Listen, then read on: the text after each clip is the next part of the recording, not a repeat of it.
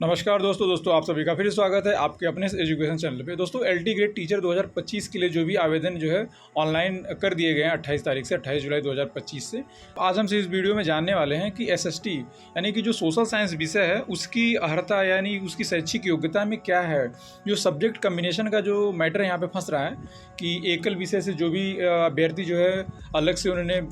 किया हुआ है, तो उसके संदर्भ में आज हम इस वीडियो में बात करने वाले हैं। वीडियो में लास्ट तक बने रहें, आपको यहाँ से पूरी जानकारी मिलेगी। अगर आप चैनल पे पहली बार विजिट किया है तो आपको चैनल को जरूर सब्सक्राइब कर लेना चाहिए, क्योंकि इसी तरह की जो भी टेक्निकल जानकारी होती है एजुकेशन से रिलेटेड, किसी भी फॉर्म से और शैक्षिक योग्यता से रिलेटेड, आपको सबसे पहले और सबसे सटीक जानकारी यहाँ से आसानी से दे दी जाएगी। इसमें जो है एसएसटी की सोशल साइंस की जो योग्यता आखिर दी क्या गई है, उसके बाद हम इसके टेक्निकल पॉइंट पे बात करने वाले हैं। तो यहाँ पे जो आप सीरियल नंबर जो 5 में आप देखेंगे, यहाँ पे सामाजिक विज्ञान के लिए है। तो यहाँ पे ये कह रहा है, भारत में विधि द्वारा स्थापित किसी विश्वविद्यालय, नामित विश्वविद्यालय संस्थान से इतिहास, भूगोल, राजनीति विज्ञान और अर्थशास्त्र विषय में से कम किन्हीं 2 विषय में, जी हाँ दोस्तों, कम से कम किन्हीं 2 विषय में स्नातक की उपाधि और साथ ही साथ जो है आपके पास बीएड की डिग्री होनी चाहिए। जी हाँ, तो इसमें ये कह रहा है कि जो एसएसटी के जो 4 विषय होते हैं, जो चारों इतिहास, भूगोल, राजनीति शास्त्र और अर्थशास्त्र, इस 4 विषय में से कोई 2 विषय होना चाहिए और साथ ही साथ जो आपने स्नातक यानी कि बीएड की डिग्री आपने किया हो, आपने बीएड कर रखा हो। तो दोस्तों इनके इस जो स्टेटमेंट से, इनके इस लाइन से ये इसमें सिद्ध होता है कि आप इस 4 विषय में से आपको 2 विषय पढ़ना अनिवार्य है स्नातक की डिग्री में। तो अब सवाल ये उठता है कि क्या एकल विषय जो भी इग्नू से जो एक साल का इन्हें क्या है, या कुछ लोग राशि टंडन से 2 वर्ष का करते हैं, इग्नू से जो भी अगर इग्नू से जो भी 32 क्रेडिट का भी बीए एसोसिएट कर लिया है तो उसका भी यहाँ पे मान्य हो जाएगा। तो मैं ये बताऊँ,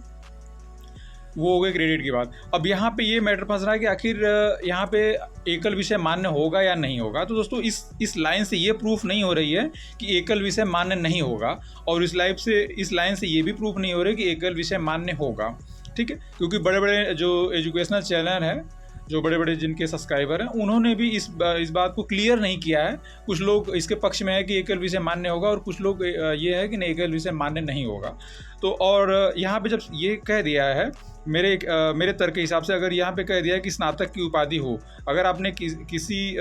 2 साल में अगर इसमें से कोई एक विषय पढ़ा है और उसके बाद आपने एकल विषय में जाके बाद में आपने स्नातक किया हुआ है, ठीक है,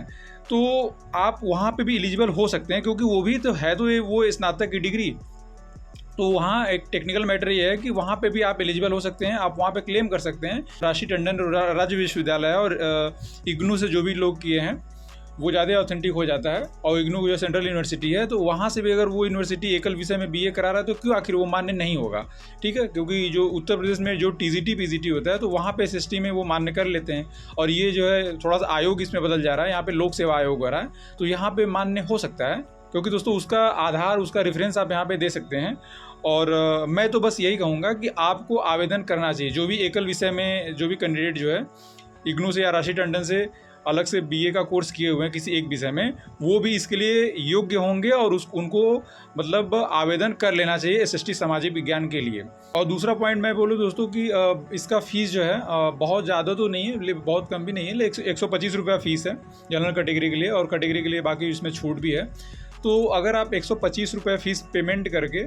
और एलटी ग्रेड के एग्ज़ाम में बैठते हैं, इसमें क्योंकि प्री और मेंस है, तो प्री निकलेगा, मेंस होगा, तब उसके बाद में आपकी योग्यता चेक की जाएगी कि आप इसके लिए योग्य है कि नहीं, एकल विषय मान्य होगा कि नहीं। अगर सपोज दैट कोई कैंडिडेट यहाँ पे भर देता है और वो फाइनल चरण तक जाता है, और हो सकता है उसकी डिग्री 1 साल की कंसीडर कर दी जाए आयोग के द्वारा और उसको ज्वाइनिंग मिल जाए, तो आपको उस दिन बहुत पछतावा होगा कि आपने जो है क्यों मतलब फॉर्म आवेदन नहीं किया, ये जानकारी के अभाव से। तो वो तो डिग्री यानी कि उसकी जो शैक्षिक योग्यता है वो बाद में तय होगी, तो आपको सबसे पहले भरना चाहिए, इससे कि आपको एक अनुभव भी होगा एलटी का एग्ज़ाम में पेपर कैसे आते हैं, और यही अनुभव आपको आके यूपी टीजीटी पीजीटी में जो है काम आएगा, और बाकी अन्य स्टेटों में भी इसी तरह के क्वेश्चन बनते हैं, तो आपको एक अनुभव भी हो जाएगा। प्लस ये मुझे जहाँ तक 100% लगता है कि यहाँ पे जो एकल विषय है वो भी मान्य होगा। ऐसे लोग भी अपने एप्लीकेशन फॉर्म को धड़ल्ले से भरिए और वहाँ पे ये लोग मान्य होंगे, क्योंकि इनके नोटिफिकेशन में ये नहीं कहा गया कि एकल विषय मान्य होगा या एकल विषय मान्य नहीं होगा, क्योंकि वो भी तो है आखिर स्नातक की डिग्री,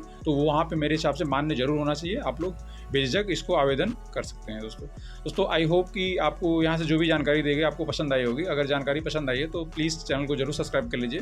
और वीडियो को लाइक शेयर करें। जो भी SST के कैंडिडेट है जिनको इसमें डाउट है तो उनको इस वीडियो को ज़रूर लिंक सेंड करें ताकि वो भी देखें कि SST में आखिर टेक्निकल मैटर है क्या। ठीक है दोस्तों, थैंक यू सो मच दोस्तों।